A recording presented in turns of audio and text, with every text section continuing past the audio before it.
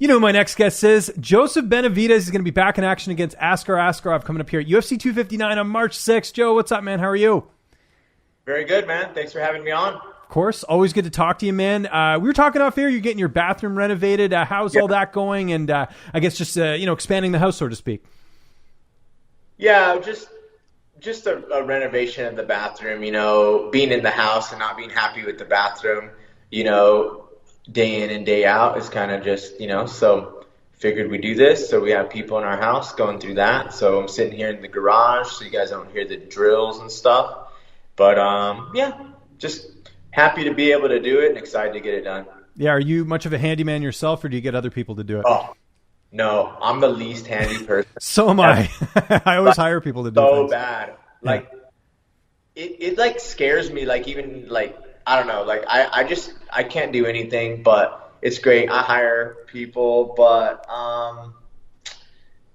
what is it called? I'm the aesthetic guy. Mm-hmm. I can, visually, just design and, love that, all day, that aspect of it. But, Megan will put together the table I pick out. You know what I mean? Yeah. Oh, that's a beautiful chair and a beautiful shelf or whatever, and I pick all the art and everything, rugs, everything in our house, but it's Megan will actually put it together.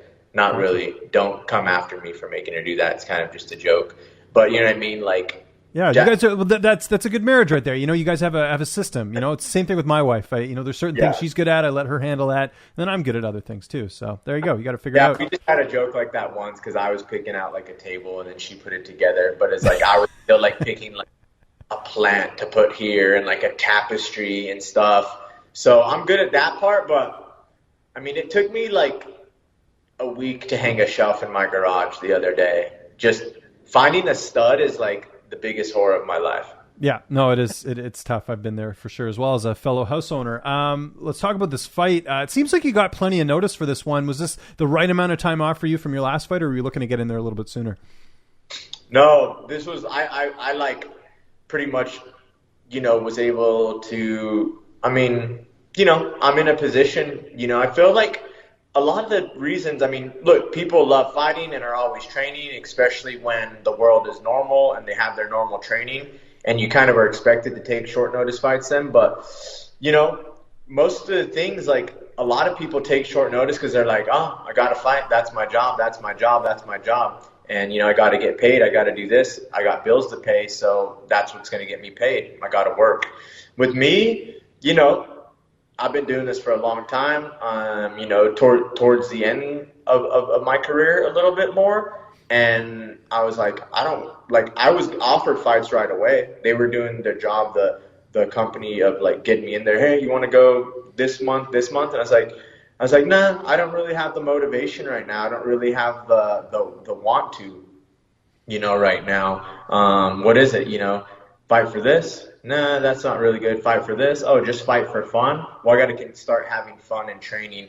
And once I did, and I felt like I had enough time, I was look, I want 2 full months after the new year. And, this is the date that they came with. And, yeah, it was perfect. But, yeah, I pretty was able to dictate it because I wasn't in a particular rush to get back in there, honestly. And I imagine, too, part of the fun of having this fight as well is that you're fighting a guy who's undefeated, right? Was that part of the reason for, having him as your opponent? Not that you're picking and choosing, but I'm sure this adds a little bit more to the fight, knowing you're fighting a guy that you could hand him his first loss.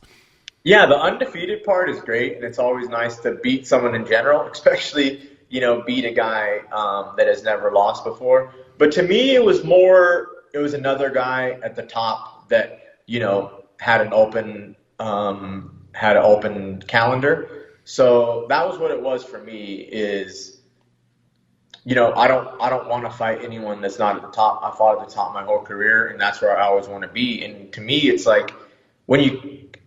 that's always been the purpose, is being one of the best. So that's why I did it. So, it's just always a good gauge to fight the best guys in the world. That's kind of all I want to do. How do you look at this fight from a style perspective? I think it's a great style matchup for me. He's underrated in the stand-up because he's super technical and really doesn't make mistakes. Switch stances pretty good. Put some good wrestling pressure, obviously. So he's good there, but I think I'm a really hard guy to wrestle. Pretty hard to hold on to, I call it. And on the feet, I think I'm just, maybe a little bit faster, and so can control that aspect and hopefully mix in my own wrestling, if anything. Good stuff. Do you watch tape on your opponents, or do you leave that up to your coaches and they sort of do it for you? I do both, yeah. I mean, I do a little bit just to get a gauge of how I feel because, coaches are coaches, but at the end of the day, you need your own perspective in a way too, but without obsessing over film and everything you're going to do. So I watch a few fights just to get in my head, oh, what do I want to imply? Oh, what do I see happening? Because I'm going to be the one in there. And then I watch it also with my coaches, and then they watch it too. So then we watch it, and then we are kind of like, oh, well, this is what I'm seeing. What are you guys seeing, right after the video? Was this something you want to work in? What do you think are some keys to victory, things to stay away from? And so we watch it together too, and that way we have an understanding kind of moving forward. Training partners. There's a lot of guys I know at your gym. Who are you mainly getting to work with for this camp?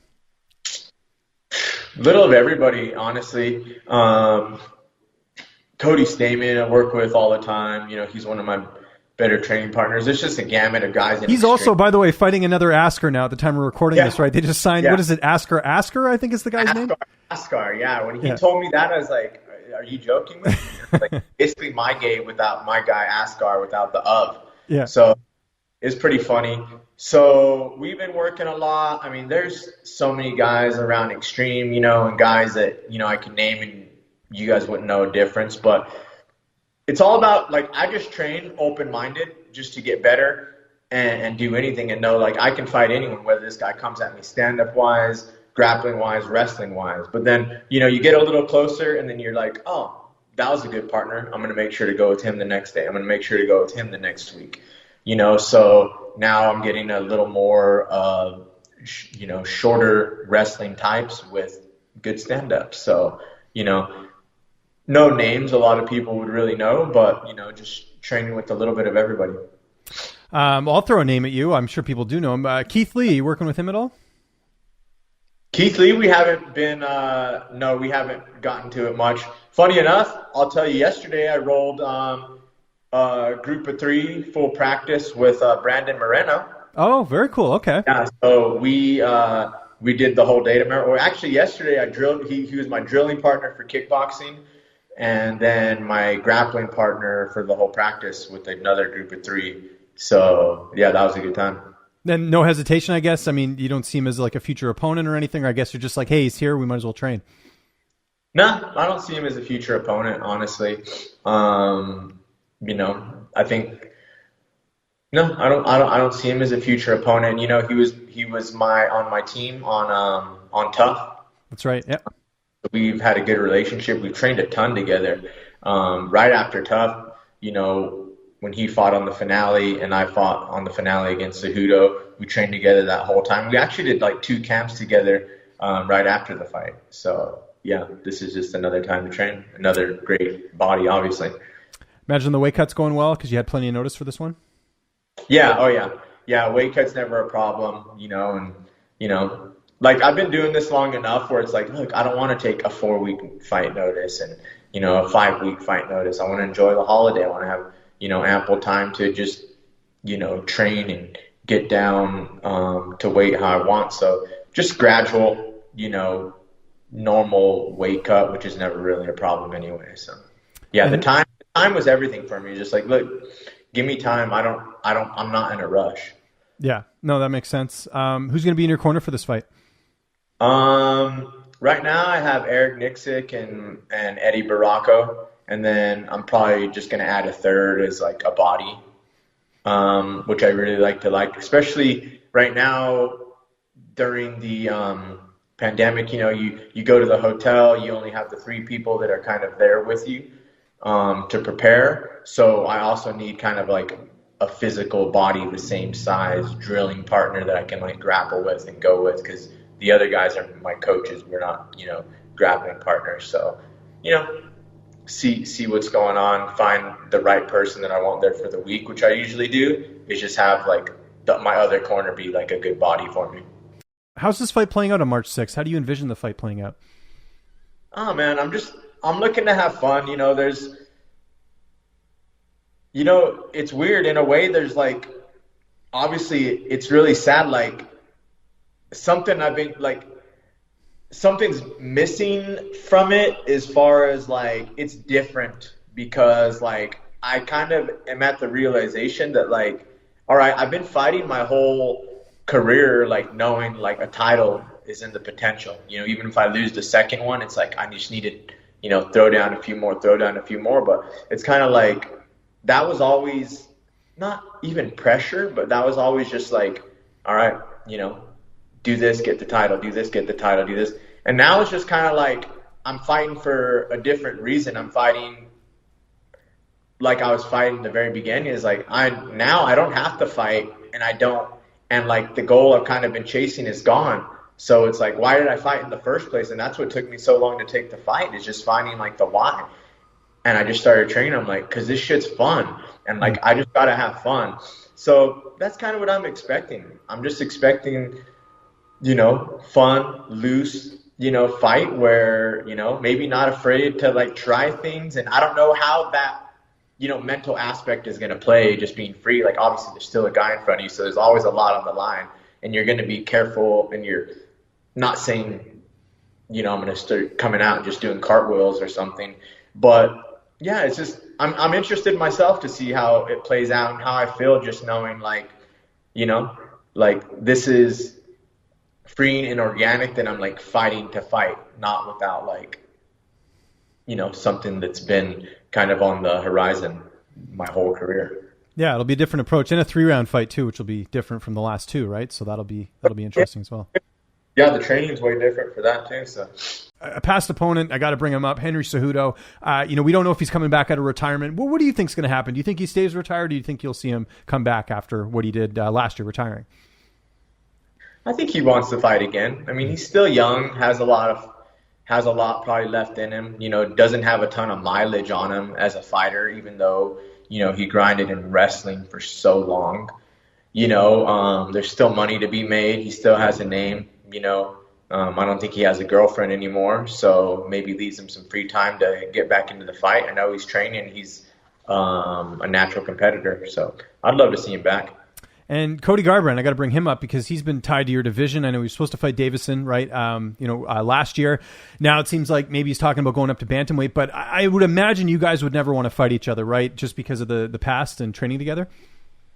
Yeah, no, probably not. I mean, depends on the implications. I mean, like I was willing to fight anyone when it got to the point, but like kind of past that point of the implications being, important enough to fight anyone you don't really are fully, excited to fight. And most important question in this interview, is Dapper Scrappers going to make a comeback this year? If we get some crowds back in, maybe, is that something that could happen? Because I thought that was really cool what you were doing with that. Oh man, that was my favorite thing, and it broke my heart that we really can't do it anymore. I mean, if you follow Dapper Scrappers, I've been trying to do my part of, just finding some content on other people's Instagrams. Like I obviously can't do what it was made to do, which is blog the whole behind the scenes media days and fight nights and get all the guys like that, kind of like a star-studded red carpet type thing. Like that was the vibe. But just like everybody during these times are dealing with what they have to deal with, I've kind of resorted lately. At first I was like, I don't want to put anything if it can't be like me taking the physical pictures or me and my photographer taking the physical pictures and posting them. But then it just came to a point where it's like, look, people are still dressing up, putting this stuff on their Instagram. I'm going to highlight it. So whenever I see some of that stuff, this is from Israel Adesanya's, Joanna's, Usman's Instagram, and repost it. So I'll keep doing that.